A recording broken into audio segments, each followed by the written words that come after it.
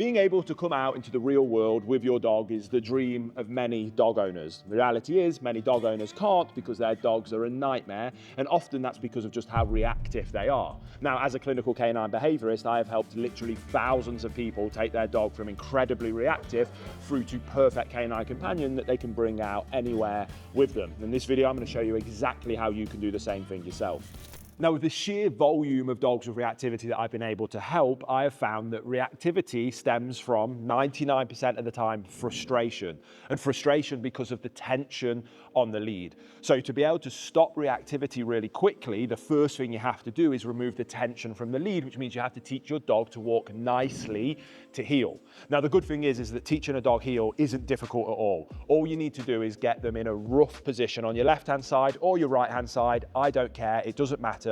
But the most important thing is that the lead is loose and that at least out of the corner of their eye, they can see you. That builds guidance and direction, leadership, other pieces of the puzzle that aren't super important for you to understand at this point, but all you need to know is that we need to have our dog with no tension on the lead and in a position where they can at least see us out the corner of the eye, not right out in front of us where they can't see us at all. So once we've taught our dogs what it is that we do want them to do when we're out on a walk, which is that nice heel position, we have to have the ability to communicate to them what it is that we don't want them to do. Yes, teaching them the things that we do want to do with lots of positive reinforcement, lots of treats, lots of rewards, that is an incredibly important part of the process. But the reason that that alone very rarely, if ever, works, especially when it comes to things like reactivity, is that even if our dogs know what it is that we would rather them do in any given situation, it doesn't mean that they're going to make that choice, especially if we don't communicate to them what it is that we don't want them to do, and frankly, help them understand that that's not a behavior that we will tolerate. When it comes to reactivity, this can be fixed so quickly by starting off with teaching a proper way to utilize the lead. The lead should absolutely never have constant tension on it. It is one of the single quickest reasons for causing reactivity. What the lead should be is constantly loose. We refer to this as that loose lead walk. That's why we have to start by teaching that in the first step. But once we've got that, it then allows us to utilize the lead to communicate with our dog in a language that they understand, that we can deliver from a calm, confident, loving leadership approach.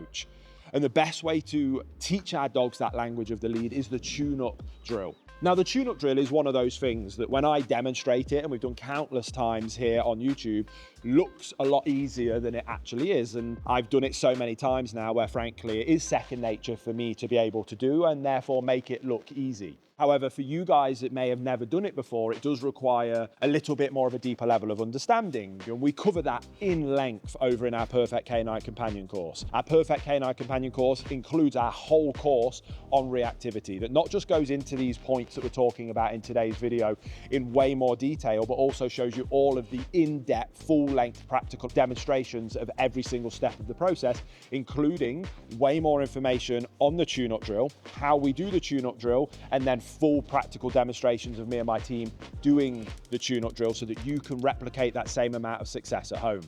Now, another quick top tip that I want to give you in this video is to name the idea of your dog not making a mistake. You can call this a command.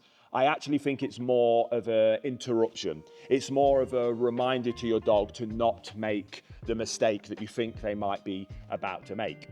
We often utilize a leave it command as part of this. Again, what I actually think it is a verbal interruption. What we can do is when we see our dog building, what we want to be able to do is not rely heavily on things like lead pressure.